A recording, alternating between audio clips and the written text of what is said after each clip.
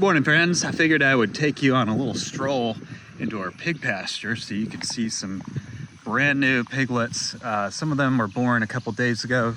Some of them were born yesterday, and we've still got some on the way. So it's a rather exciting time on the ranch. You've seen our cows because they're always walking behind me in our videos, but you probably haven't seen a whole lot of our pigs. I built this fence, well, just last spring. I fenced in this area down below here. The pigs have an area up top, but it wasn't big enough for them with babies. And then what we'll probably do is run some electric wire back through that pasture and get them to clean up some of that area over there. I'll show you how amazing these guys are at cleaning this stuff up. This used to all be wooded all the way up to the road up there. And we worked really hard at clearing it out, but things grow like crazy here in North Carolina. So our first set of pigs is down on this lower level. They're usually somewhere around here milking with their mommy, but we'll see. This is Cupcake's litter. She's got about 10, which is a pretty good size litter for a first litter. I bought Cupcake and Donut. They're both red wattle hogs from the Secret Garden of Survival about 2 years ago now. And then last year I purchased Pumbaa, who's our boar, off of another farm. He was about the same age, about 1.5 years at the time I purchased him. And so I wanted to keep them all close to the same age when I put them together. And he's been a great pig. Hey there, Cupcake. Where are your babies this morning?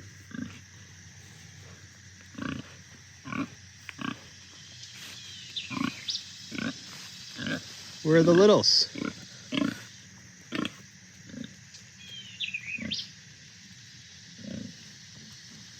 Huh? Calling them. They do an amazing job at clearing out the underbrush back in these woods. Oh, Donut, they're back here. I hear them. I see some movement.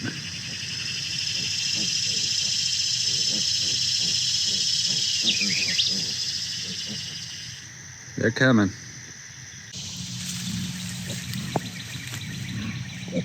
Hey there, friends. Hey.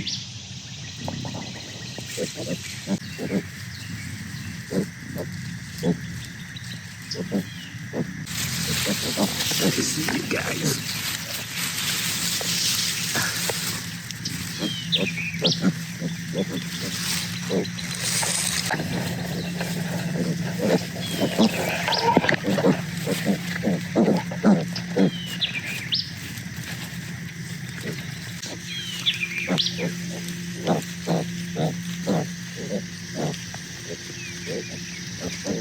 It's pretty amazing how they're able to hide down on those weeds. It's probably protecting them from all sorts of birds of prey, you know? You guys, your mama's over here. She's over in the shade. Donut, you gonna call them over?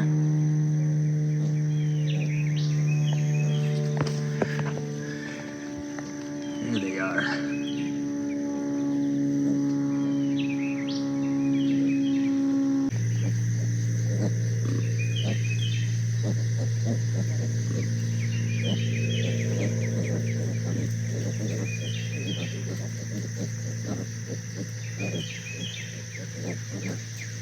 See, 1, 2, 3, 4, 5, 6, 7, 8, 9. Number 10, where are you? There you are. All right, so I've spotted all 10 of those, and I'm gonna go find, we have another hog out here that we had purchased strictly to raise for meat. Her name's Bacon Bits. She kind of joined the party due to a mismanagement issue. So she has some babies out here as well. They're not exactly part of my long-term plan, so this is a litter that will probably go fairly quickly. The red wattles are more of what we're interested in raising here. Red wattles are a heritage breed, and they're a super nice hog. This other hog is a little more skittish. Like I said, we purchased her because we wanted to butcher her, and when I tried to separate everybody out, she and Pumbaa, there was something about Bacon Bits and Pumbaa. You could not keep them separated. They would tear down fences, so I just kind of let it happen. But Pumbaa, I'm actually building a new place for on the other side of the farm, so I can completely separate him. Right now, I kind of like him out here because he is offering some protection. I realized that the other day when I walked up on this other one. A lot of people are concerned about having boars in with their babies. I think that's a space issue. It could also be just an issue with the temperament of whatever kind of boar you have. I won't have an animal on my property that is ugly. I've had that happen before. I've tried moving them and giving them to other people, and that turned ugly. So now if there is an animal that acts up, they go to freezer camp. So anything that we have is well-mannered.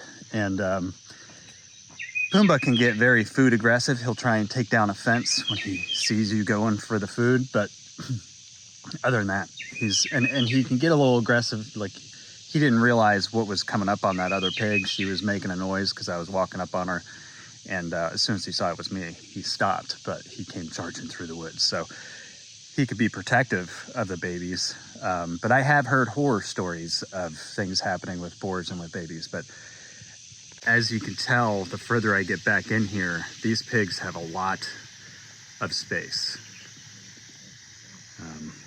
I came from the house in that direction through that little field there, and it goes all the way out partly into the pasture over there. It goes all the way back into the woods there. Pigs love woods. So I will say this area has been traditionally covered in poison ivy and infested with copperheads. I have not seen a copperhead in here this year. I did see a 7-foot black snake the other day, right along there. He was facing out this direction to go hunting, and the piglets were back that way. So he didn't mess with the piglets, but I have not seen a single copperhead in here, and almost all of the poison ivy has been completely pulverized out. Apparently, pigs like poison ivy. They're not the first ones on our farm to like eating poison ivy. Our cows like eating poison ivy too. So it's an interesting way of getting rid of things that you don't want. We don't want fescue on our property. We don't want half these weeds, but that's part of the reason why we got the hogs, is to help till up the land naturally. And then we'd like to reseed and regrow this once they pulverize it with kind of native grasses, native prairie grasses to the area. That will give us a higher protein content for our other livestock that we're grazing on it. So it's strategic. Instead of tearing it up and spraying it, which we have tried doing, we're now going into this method. And as you can see, I mean, this is just the start of it. They really, root things up and get rid of all the junk for you. This would all be about chest deep if it weren't for the pigs. All right, so we're gonna go up to this other level and see if we can find our little black pig. She was up here yesterday, so maybe she'll still be here today. That is the furthest I have seen the little pigs go. See if mommy comes down and tells them to go back. All right.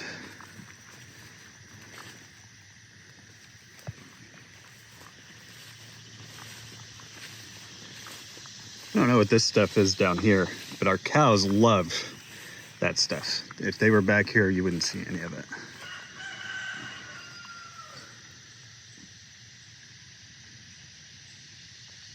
Okay, I hear somebody back down in there. So if we don't find our black pig where she was yesterday, we'll see if she's moved her, piglets. So yesterday, I found her with her piglets right up here to the left of this gate. So that's where I figured I would check first. This is where she gave birth underneath the dogwood here. Oh, I see the piglets. These guys are just kind of out here exposed. We've got 1, 2, 3, 4, 5, 6, 7. All of them are still there. Oh, no, I see Mama. Mama's right back there.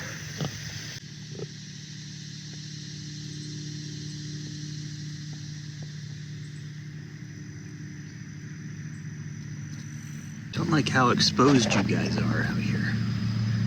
You're trying to hide underneath that leaf. Let me go check on your mama.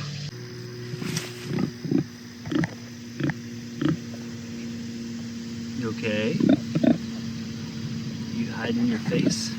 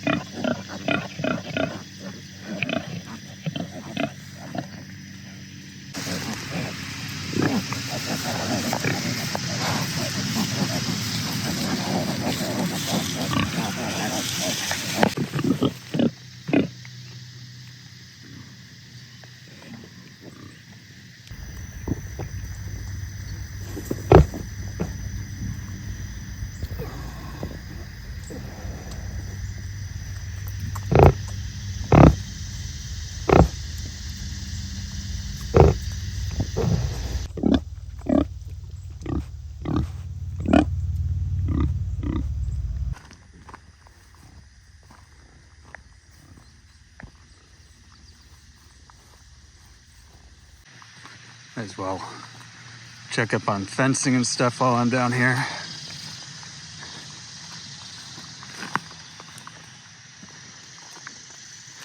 This is another area where the ground used to be just completely covered in poison ivy. You can still see where some of it's wanting to come up, and they have done a really good job at just uprooting it. That's all poison ivy vines that they've pulled and gnawed on all the way back up under there.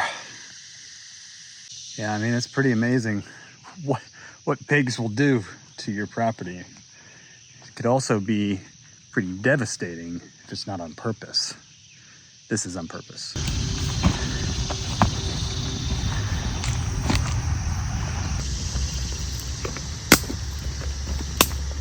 Oh, get.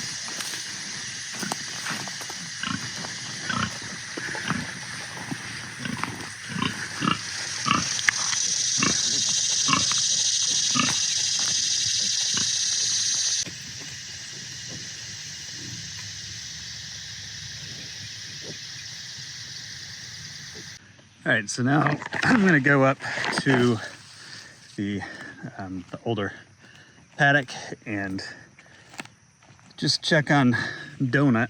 She's my next red wattle to drop. Donut was a little more resistant to the boar. It took her a little longer to accept him, but she's also our most dominant pig. She's a bit of a queen of the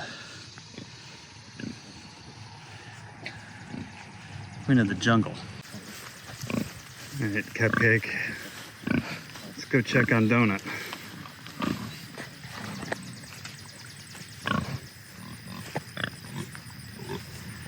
There's our boar.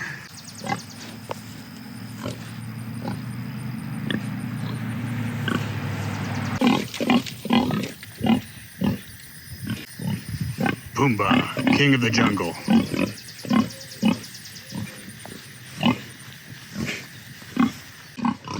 Hey there, Donut.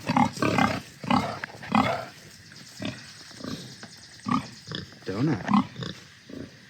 How you doing, sweet girl? You'll be delivering any day now, sweetheart. That's right. That's right. You'll have some babies soon.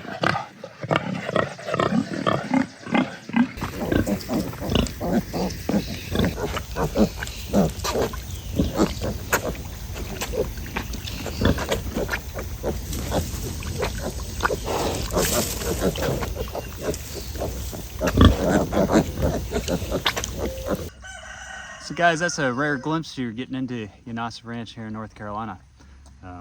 Our little pig operation that's quickly expanding across the farm.